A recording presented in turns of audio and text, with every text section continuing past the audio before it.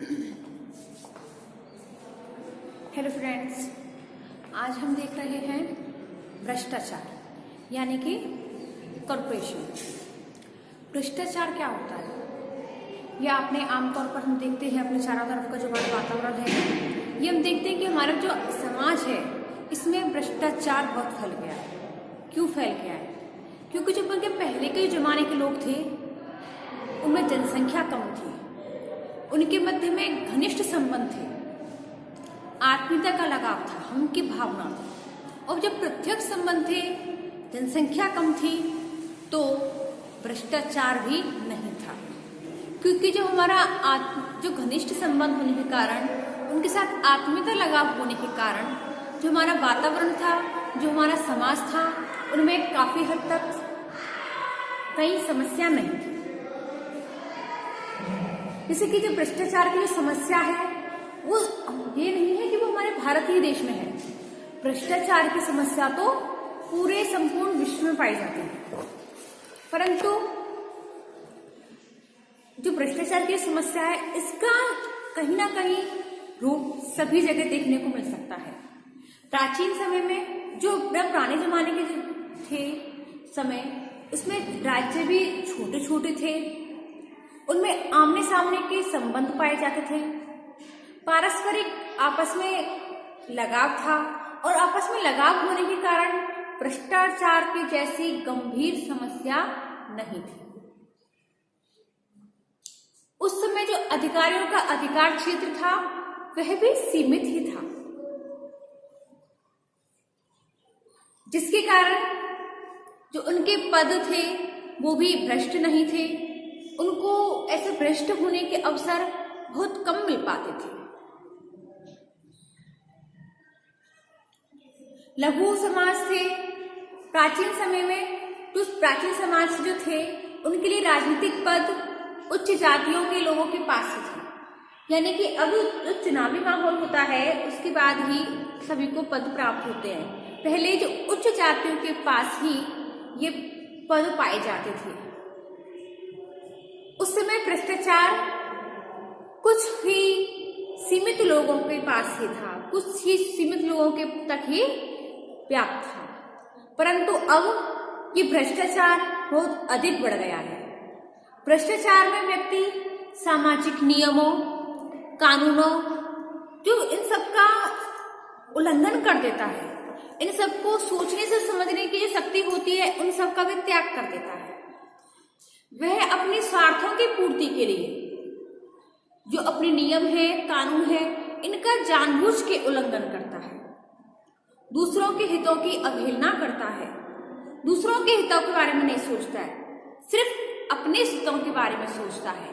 भ्रष्टाचार में व्यक्ति व्यक्तिगत लाभ के लिए बारे में सोचता है, व्यक्तिगत लाभ के लिए अपने नियमों, कानूनों का, अपने अधिकारों का दुरुपयोग करता है।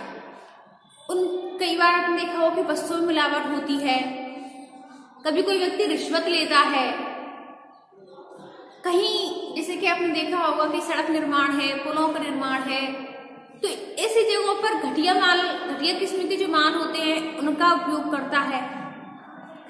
कहीं पक्षपात का सहारा लिया जाता है। तो इस प्रकार के जो कार्य हैं ये भ्रष्टाचार के अंतर्गत ही आते हैं। और जो ऐसी समस्या है भ्रष्टाचार की, ऐसा नहीं है कि ये समस्या ही है, इसके निवारण के लिए भी समय समय पर कई विभागों के द्वारा, समितियों के द्वारा इसको रोकने की, इसको समाप्त करने की कोशिश की जाती है।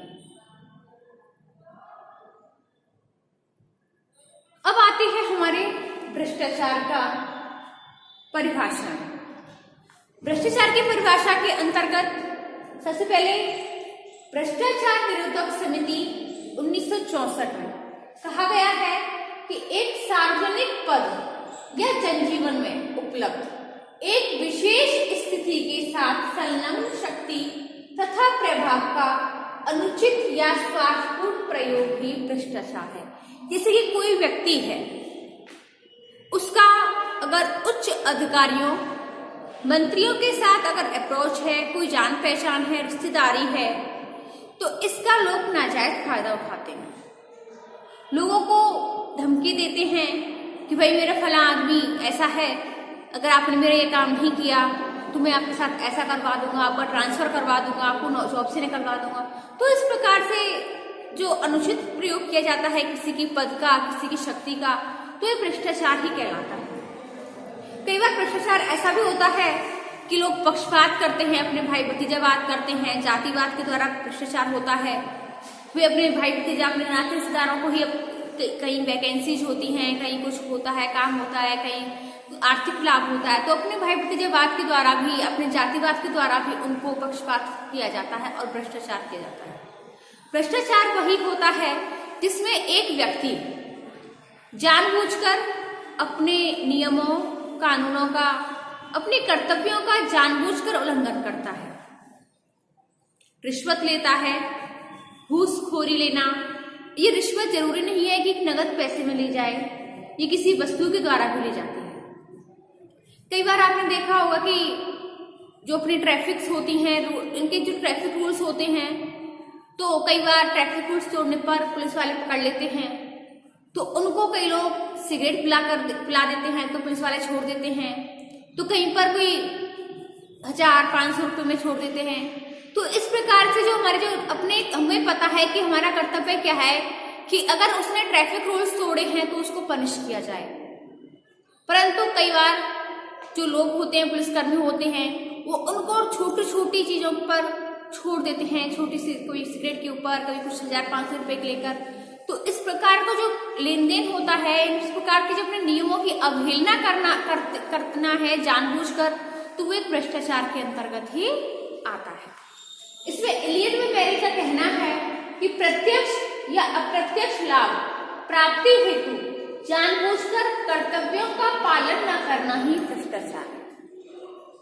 इलियट में मेरिल कहते हैं कि प्रत्यक्ष या अप्रत्यक्ष लाभ किसी भी तरह से हो, या हमें हो या हमारे भाई भतीजावाद, जातिवाद, अपने जाति के लोग, किसी को भी हो, अगर हमें पता है कि इसको लाभ हो रहा है तो इसके लिए जानबूझकर अपने कर्तव्यों का पालन ना करते हुए कार्य करना भ्रष्टाचार कहलाता है।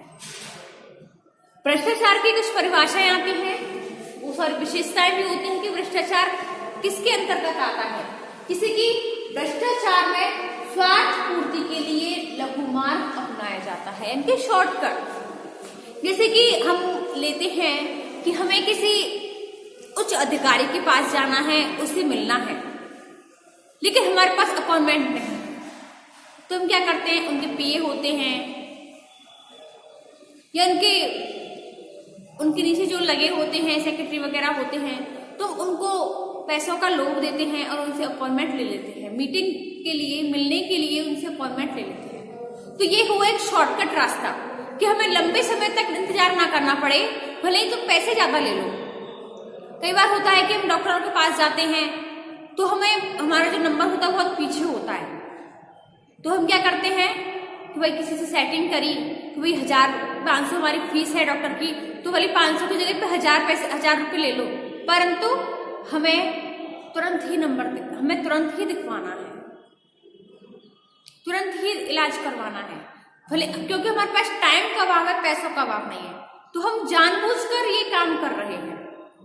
अनैतिक कार्य है ये। अगर हम थोड़ा सब्र रखें, अपनी बारी का इंतजार करें, तो हमें डबल फीस नहीं देनी पड़ेगी। परंतु हम क्या करते हैं, एक शॉर्टकट रास्ता अपना लेते हैं कि हमें वेट ना करना पड़े, भले तुम 500 की जगह पे 1000 ले लो, पर हमारा काम जल्दी कर दो। तो ये भ्रष्टाचार है। और भ्रष्टाचार ये नहीं है कि कोई और करता है, भ्रष्टाचार हम ही लोग फैलाते हैं सिर्फ अपनी स्वार्थ पूर्ति के लिए। अगला है, इसमें नगद या वस्तु के रूप में घूस ली जाती है। तो जरूरी नहीं है कि हम केवल नगद ही लें तो वही भ्रष्टाचार है। इसमें वस्तु रूप में प्रदान की जाती है, कोई मिठाई दी जाती है, कहीं सिगरेट पिलाई जाती है, कोई वस्तु बड़ा गिफ्ट दिया जाता है, तो उस रूप में भी जो वस्तु दी जाती है तो वह घूस कहलाती है, भ्रष्टाचार कहलाती है। यह लेन देन के सिद्धांत पर आधारित है। जो भ्रष्टाचार है इसमें लेना देना होता है कि भाई मैं तुम्हें पैसे दूंगा, मेरे बदले में इसके बदले में तुम मेरा ये काम कर दो। तो ये क्या होता है, लेन देन पर आधारित होता है भ्रष्टाचार। अगला है भ्रष्टाचार में पैसा उद्देश्य भी है और साधन भी है। तो जो भ्रष्टाचार होता है इसमें पैसा मेन होता है। पैसे के कारण ही लोग अपने नियमों और कानूनों का उल्लंघन करते हैं। भ्रष्टाचार में व्यक्ति अपने निश्चित कर्तव्यों का उल्लंघन करता है।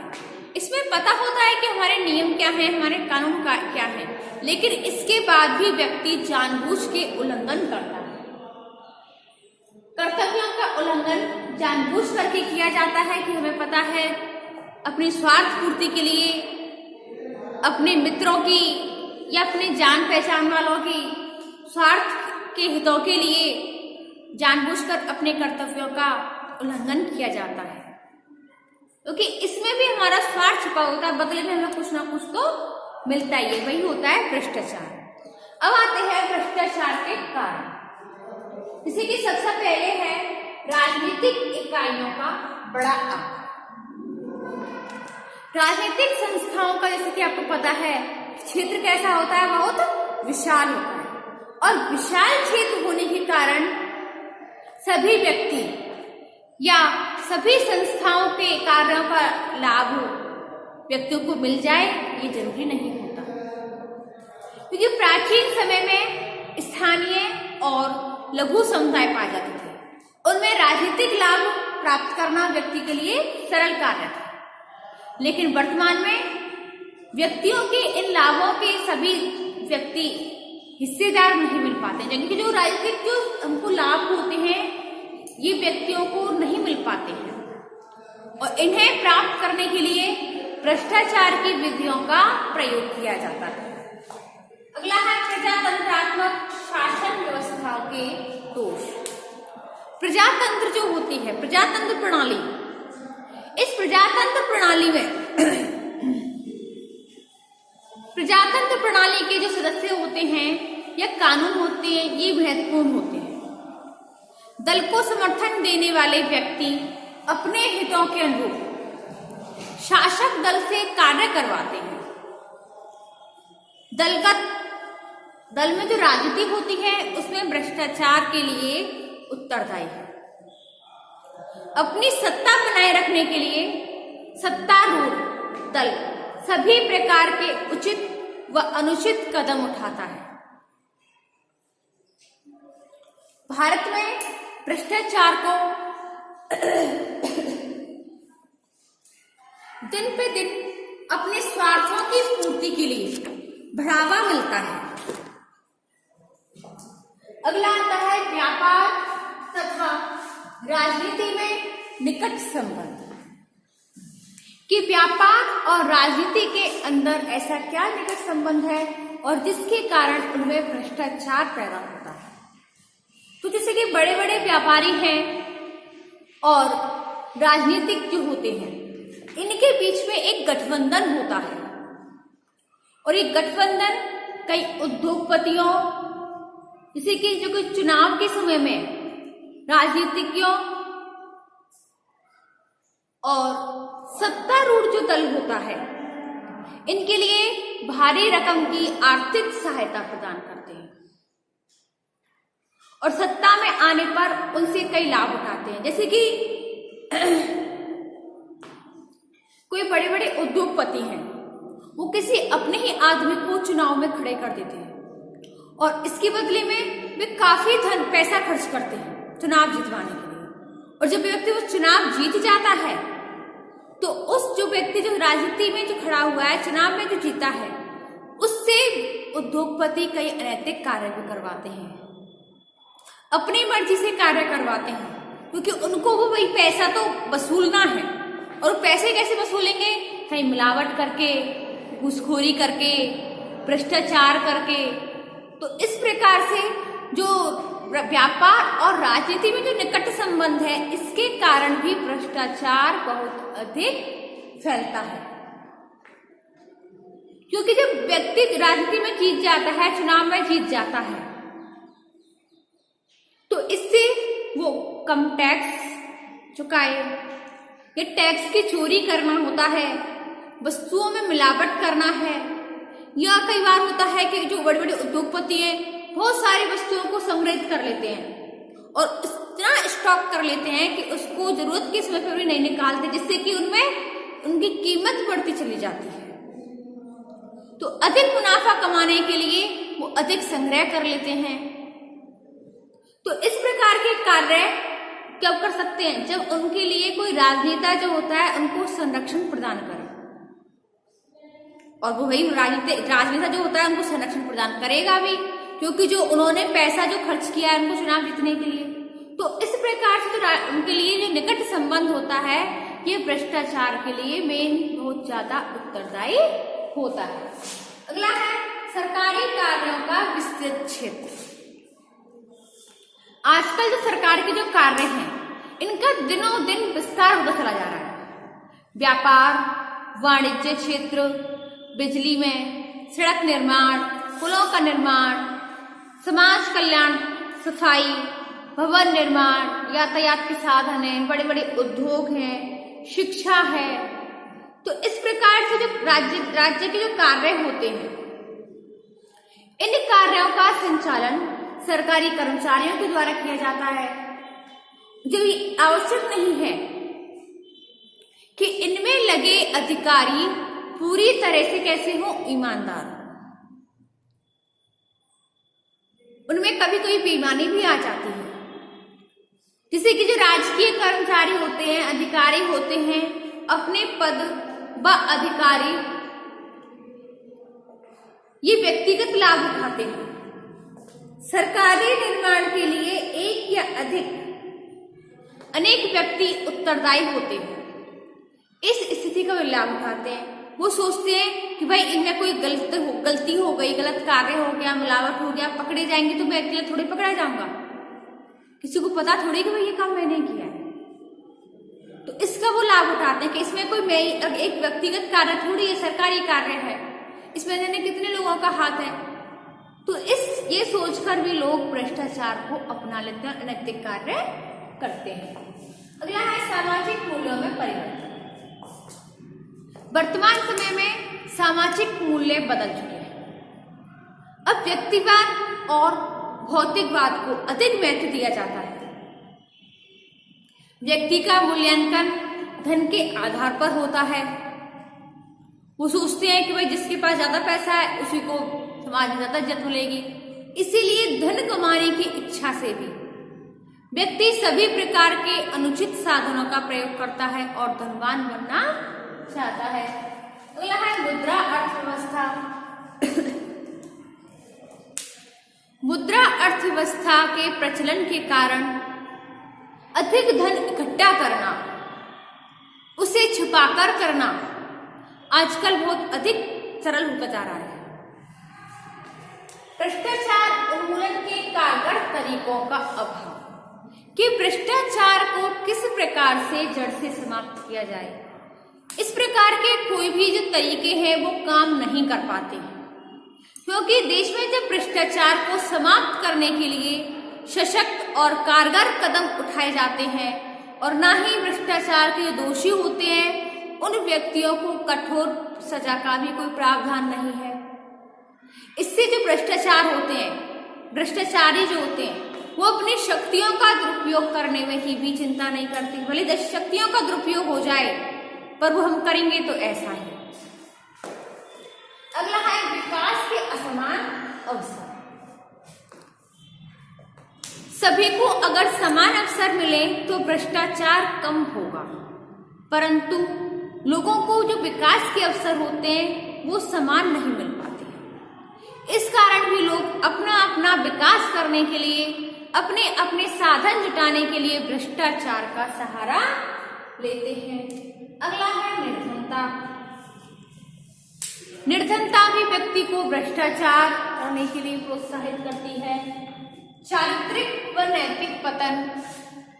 चरित्र व नैतिकता में पतन भ्रष्टाचार के लिए बहुत उत्तरदायी होता है। आज व्यक्ति का मूल्यांकन, जैसे कि आपको पता है, धन के आधार पर किया जाता है। जिसके पास अधिक धन होता है उसी को समाज में ज्यादा इज्जत मिलती है। धनी व्यक्ति को सामाजिक प्रतिष्ठा प्राप्त होती है। वह ईमानदार हो या ना हो, कर्तव्यनिष्ठ हो, सच्चे व्यक्ति जो होते हैं उनकी मजाक समझा जाता है, क्योंकि उनके पास कोई महत्वपूर्ण पद नहीं होता है, न ही उनसे कोई आर्थिक लाभ उठाया जाता है। अगला है प्रशासकीय कठिनाई। प्रशासकीय कठिनाई मानव के जो जीवन होता है उससे सभी व्यक्ति परिचित नहीं होते। व्यक्ति सभी झंझटों से मुक्ति पाने के लिए रिश्वत देकर, पैसा देकर अपना काम निकलवाते हैं। अगला है पूंजी संग्रह की प्रवृत्ति, यानी कि सभी व्यक्ति की इच्छा होती है कि हम धन को इकट्ठा करके रखें। हमारे पास अधिक धन होगा तो हमको समाज में अधिक प्रतिष्ठा प्राप्त होगी, तो ये चाहत भी भ्रष्टाचार को अधिक करती है। शिक्षा का अभाव, भारत की जितनी संख्या है, जितनी जनसंख्या है, उसमें मात्र 74% लोग ही साक्षर हैं। जो अशिक्षित लोग हैं उनकी अनभिज्ञता का लाभ उठाने के लिए कर्मचारी जो होते हैं, वो अधिकारीगण जो होते हैं, उनसे किसी ना किसी प्रकार की रिश्वत ले लेते हैं। अगला है बेकारी। बेकारी से मुक्ति पाने के लिए भी व्यक्ति घूस देकर, रिश्वत देकर, मोटी रकम देकर नौकरी प्राप्त करना चाहते हैं। इससे भ्रष्टाचार को बढ़ावा मिलता है। अगला है कानून की अनभिज्ञता। विभिन्न क्षेत्रों में कानून की अनभिज्ञता होती है। कानून की बारीकियों से लोग परिचित नहीं होते हैं। जो लोग कानून के रक्षक माने जाते हैं वे लोग कानून के प्रति सजग होते हैं, उनसे लाभ उठाते हैं। अपर्याप्त वेतन, जो चाहे वो सरकारी कर्मचारी हो चाहे प्राइवेट नौकरी वाले हो, अगर उन्हें अपनी आवश्यकताओं की पूर्ति हेतु पर्याप्त वेतन नहीं मिल पाता है तो भ्रष्टाचार का सहारा लेते हैं। अत्यधिक प्रतिस्पर्धा, आज राजनीतिक व आर्थिक क्षेत्र में अधिक प्रतिस्पर्धा हो गई है, होड़ सी हो गई है। अधिकतर लोग अवैध तरीके को अपनाकर सफलता प्राप्त करना चाहते हैं।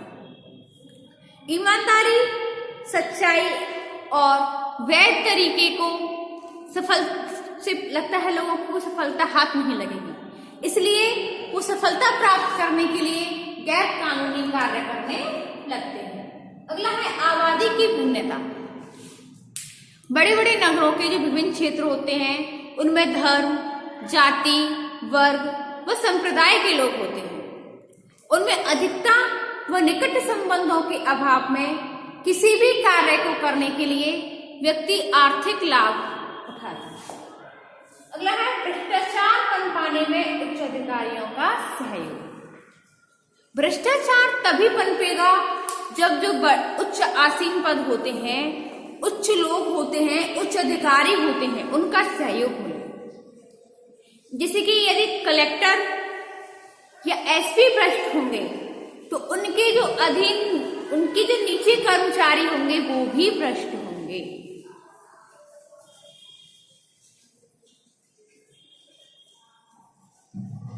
जैसे कि एक कहावत है, भ्रष्टाचार ऊपर से और क्रांति नीचे से प्रारंभ होती है। अगला है कर्मचारी संघ। आज सरकारी हो या गैर सरकारी हो, सभी विभागों में कर्मचारियों के संघ और संगठन बने हुए हैं। जब भी किसी कर्मचारी पर रिश्वत लेने या भ्रष्ट होने का आरोप लगाया जाता है, उसके कार्रवाई की जाती है तो उसका स्थानांतरण कर दिया जाता है। वो संगठन ऐसा करता है कि किसी भी कर्मचारी का जो विरोध करते हैं वे कर्मचारी के प्रति अन्याय व शोषण का नारा बुलंद करते हैं, हड़ताल करते हैं, वे संपूर्ण शासन तंत्र को अपंगता कर देते हैं।